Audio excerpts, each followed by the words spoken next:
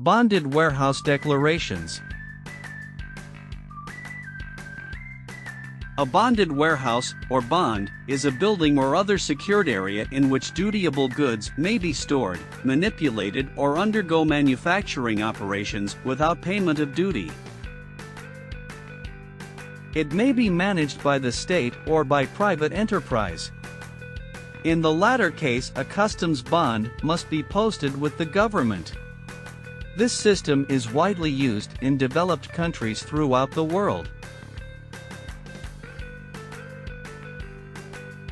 Upon entry of goods into the warehouse, the importer and warehouse proprietor incur liability under a bond.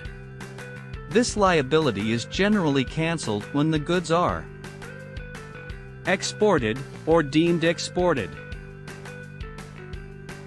withdrawn for supplies to a vessel or aircraft in international traffic, destroyed under customs supervision,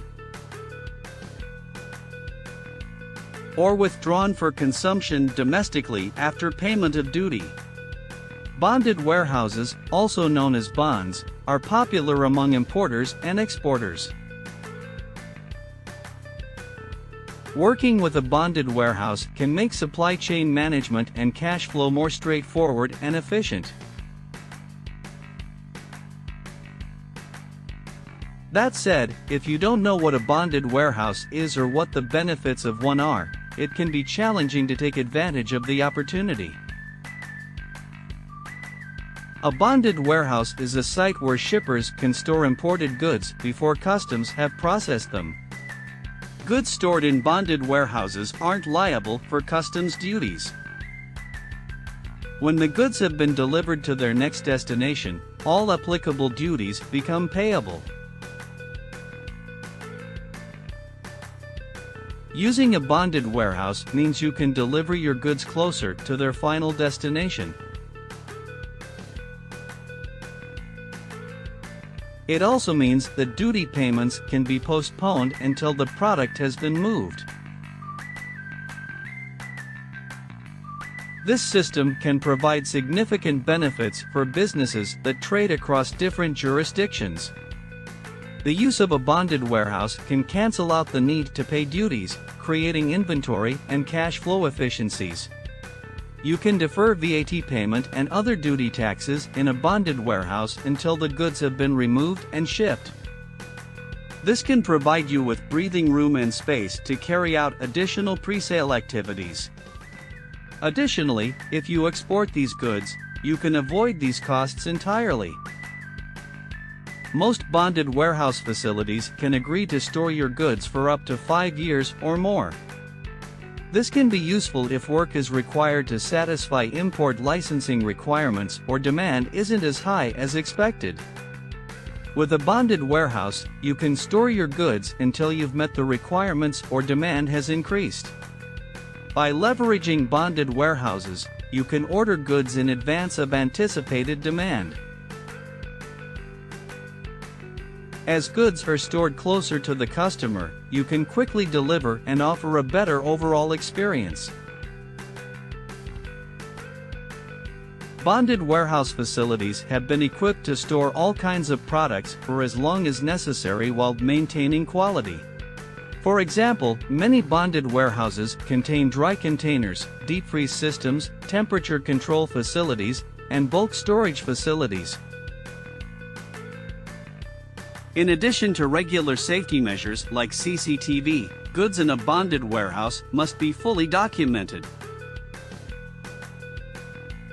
Security personnel monitor the space 24 hours a day, so you don't need to worry about your cargo.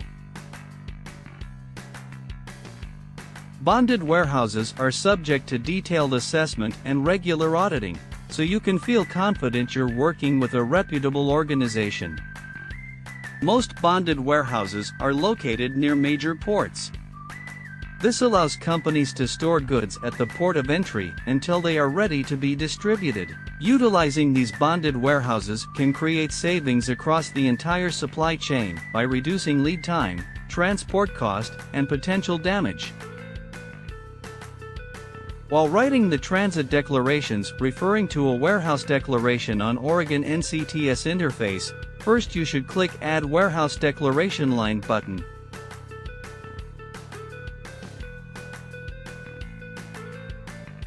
The first box under this button is the document number.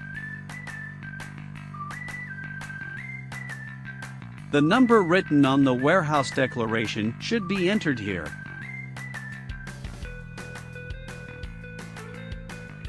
The second box is the line number. Here, the number of related item on the warehouse declaration should be written. The third box is the box of amount to be drawn from the warehouse. The information to be entered here is clearly stated in the box number 41 on the warehouse declaration.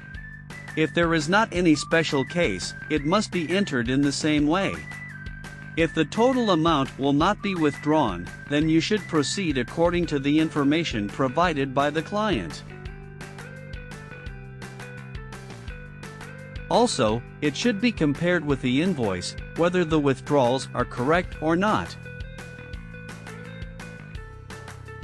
After the product price on the invoice and the currency are written by reviewing the invoice, the last box is the delivery code. The information to be entered here is Incoterms. Thus, the information regarding whether it is CIF or FOB, etc. This info is provided on the invoice.